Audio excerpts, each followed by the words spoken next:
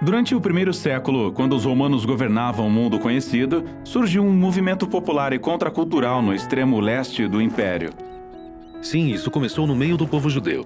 que durante séculos até aquele momento tinha sido espalhado pelo mundo conhecido da época. Mas onde quer que os judeus morassem, ou qualquer que fosse o idioma que falassem, eles guardavam a sua identidade como a família de Abraão, dedicada ao Deus único e verdadeiro. E todos os anos eles viajavam para Jerusalém a fim de participarem das festas sagradas. Durante uma delas, a festa de Pentecostes, os visitantes encontraram um grupo de judeus que, de alguma forma, podiam falar no dialeto nativo de todos. Sim, eles estavam contando histórias sobre um homem chamado Jesus que tinha sido executado pelos romanos. Eles diziam que ele tinha ressuscitado e agora estava sendo exaltado como o verdadeiro rei de Israel e do mundo inteiro. E agora esse Jesus estava chamando as pessoas a adotarem seu conjunto de valores não convencionais e a viverem sob seu governo, chamado o Reino de Deus. E milhares de judeus decidiram ficar em Jerusalém e se juntar ao movimento, que cresceu em termos de tamanho e influência e passou a ser recebido pelas pessoas. Mas não pelos líderes do Templo de Jerusalém. Eles achavam que todas essas coisas faziam parte de uma seita religiosa perigosa e até executaram um de seus líderes, chamado Estevão. Jerusalém tinha se tornado um lugar perigoso para eles e por isso a maioria dos seguidores foge para uma região afastada chamada Judéia. E você pode achar que esse é o final da história, mas, na verdade, essa tragédia espalhou o movimento para fora de Jerusalém. É nesse ponto que a segunda parte do livro de Atos começa. Os seguidores dispersados acabam indo para regiões surpreendentes, como a Samaria, a região dos seus inimigos mais antigos. Sim, e Lucas nos mostra como as pessoas mais inesperadas decidem seguir Jesus, como, por exemplo, um feiticeiro de Samaria que precisa aprender que o caminho de Jesus não é ganhar poder, mas renunciá-lo para servir aos outros. Há também a história sobre um oficial etíope que, depois de discutir o pergaminho do profeta Isaías com Filipe, decide se juntar ao movimento. Sim, Jesus está expandindo seu movimento para a Judéia e Samaria, exatamente como ele disse que faria. O que é incrível. Mas, voltando para Jerusalém, encontramos Saulo de Tarso. Ele faz parte da elite religiosa que se opõe ao novo movimento e sai prendendo os seguidores de Jesus onde quer que os encontre. Ele é um homem cruel.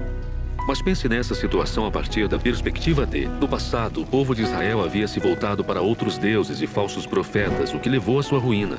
Ele acreditava que estava protegendo Israel e a honra de Deus ao se livrar daquelas pessoas. Saulo fica sabendo que o movimento havia se espalhado para o norte de Damasco. Então ele decide ir para lá a fim de encontrar e prender mais seguidores. E quando está a caminho, Saulo tem um encontro súbito com o próprio Jesus ressurreto. Jesus pergunta a Saulo por que está lutando contra ele, e em seguida Jesus comissiona Saulo para ser o seu representante em Israel e nas nações. Saulo fica atordoado e sem palavras. Então ele acaba indo para Damasco, mas agora ele vai anunciar as boas novas sobre o Jesus que antes ele combatia. E ninguém estava preparado para isso. Pois é, ou para aquilo que iria acontecer em seguida. Na cidade portuária de Cesareia havia um centurião romano chamado Cornélio. E ele representa tudo que o povo judeu odiava no que dizia respeito à ocupação romana. O anjo aparece para ele e lhe pede que chame um homem chamado Pedro. Então, Pedro vai à casa de Cornélio, onde os amigos e a família do centurião estão reunidos. Sim, e isso é um escândalo. O povo judeu não entrava em um lar que não fosse judeu para evitar a impureza ritual. Então, o que Pedro foi fazer lá? Bem, Pedro, um pouco antes disso, teve uma visão. Deus mostrou a ele os animais que o seu povo estava proibido de comer e disse a Pedro: coma. Isso foi chocante para Pedro. E ele diz: eu nunca comi coisa alguma que fosse considerada impura. E Deus responde: não chame de impuro aquilo que Deus purificou. E foi só isso, a visão acabou. Então, Pedro tem que começar uma nova dieta? Não, ele é um israelita. E a vida inteira ele tinha honrado as leis de tradição alimentar. A visão o estava preparando para o momento em que ele estaria entre os não-israelitas impuros. E ele se dá conta de que Deus está declarando que essas pessoas fazem parte da família de Abraão.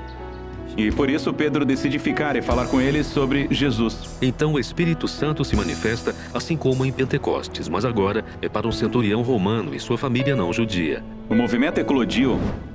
Agora de volta a Jerusalém, Pedro está contando para os outros apóstolos o que tinha acontecido. E eles recebem relatos sobre mais pessoas que não judias e estão seguindo Jesus na grande cidade comercial do norte, chamada Antioquia. Então eles mandam um homem lá chamado Barnabé para ver como estavam as coisas. Barnabé encontra o movimento de Jesus ativo e sem problemas em Antioquia e descobre que ele é composto por pessoas do mundo todo. Então Barnabé recruta Saulo para trabalhar com ele por um ano em Antioquia. Eles estão ensinando, vivendo entre as pessoas de lá e vendo o movimento crescer. A igreja igreja em Antioquia foi a primeira comunidade internacional de Jesus e foi onde, pela primeira vez, os seguidores de Jesus foram chamados de cristãos, os que são de Cristo. E desse modo, o caminho de Jesus passou de um grupo de judeus messiânicos em Jerusalém para um movimento multiétnico de Jesus que estava se espalhando pelo mundo.